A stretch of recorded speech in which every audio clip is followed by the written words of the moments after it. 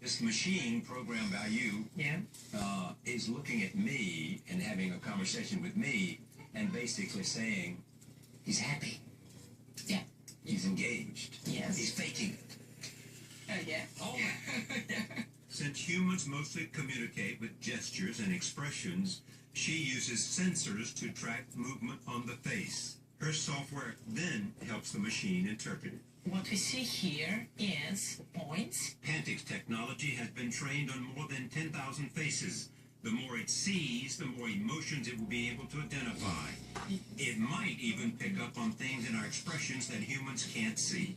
Certain expressions are so brief that we simply do not see them consciously. There were some studies saying that, for example, people who are suicidal, have suicidal depression and plan suicide, when the doctors ask them about that, usually they have a very brief expression of horror and fear, but so brief that the doctor cannot actually consciously notice it. But a machine might see it. Yes.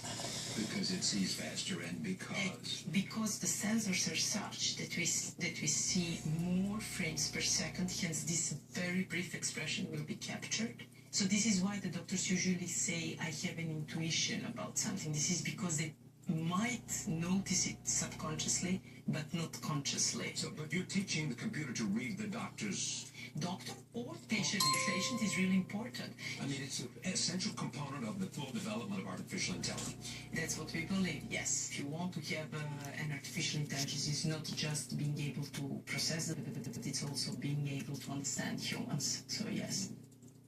The ultimate goal for some scientists is AI that's closer to human intelligence and even more versatile. That's called artificial general intelligence. And if ever achieved, it may be able to perform any task a human can. Google bought a company named DeepMind, which is at the forefront. They demonstrated AI that mastered the world's most difficult board game called Go. The real progress is less in what they did than how they did it. The technology taught itself and learned through experience without any human instruction. DeepMind declined an on-camera interview about all this, but there are other companies pursuing the same long-term objective. We've spoken quite a bit about this idea of a movement for artificial general intelligence. David Hanson has an entirely different and more controversial approach. He's part scientist, part artist, who created 20 human-like robots with his company Hanson Robotics in Hong Kong. Sophia? His latest design is Sophia. She looks less like an intelligent computer system and more like a Hollywood starlet, but without the full figure of one. How are you doing?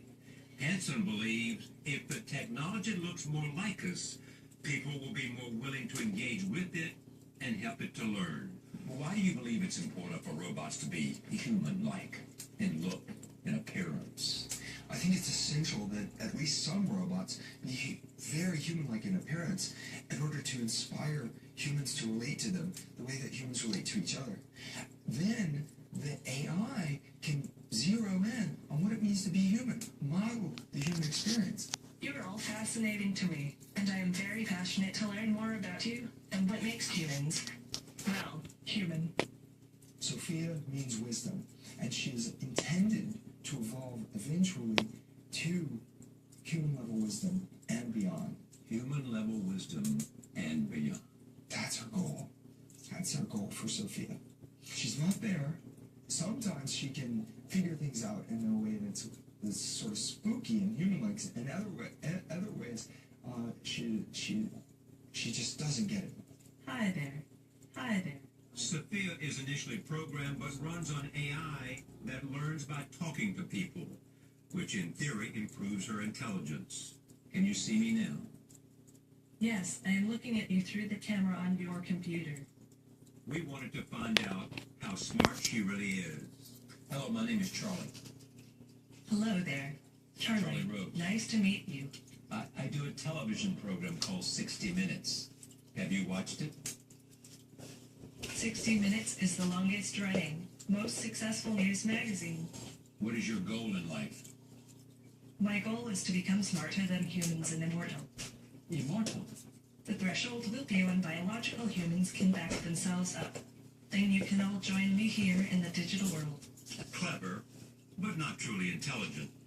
Anson says if we get there, we have to be careful. Artificial intelligence, or super intelligence, if we get there, it's not necessarily going to be benevolent. We have to find ways to make it so that it's not just super intelligent, but super wise, super caring, and super compassionate. Okay, explain that to us, because you say it may not be benevolent. If it is not benevolent, what is it? At worst, it could be malevolent.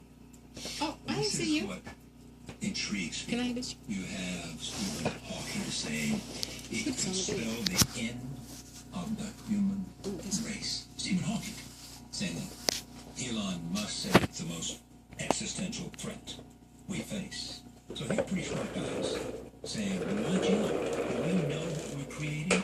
These very long-term existential questions are worth thinking about. But I want to make a distinction that at the moment, what we're building here in places like the Robotics Institute and around the world are the equivalent of really smart calculators which solve specific problems. But could it go out of control?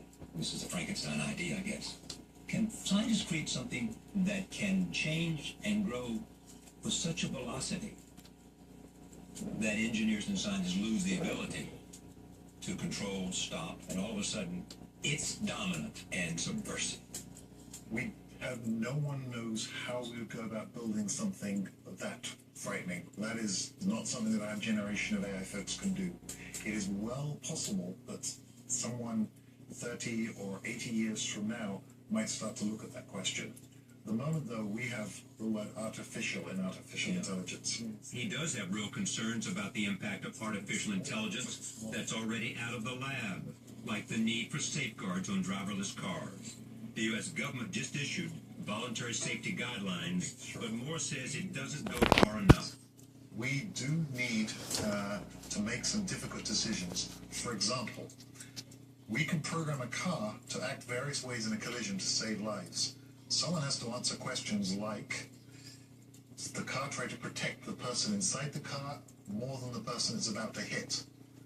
That is an ethical question which the country or society, probably through the government, has to actually come up before we can put this safety into vehicles. So you want Congress to decide that? I know it sounds impossible, but I want Congress to decide that. Artificial intelligence is automating things we never thought possible. A robot like this can go into a scenario which is too dangerous for a human. And it's threatening to have a significant impact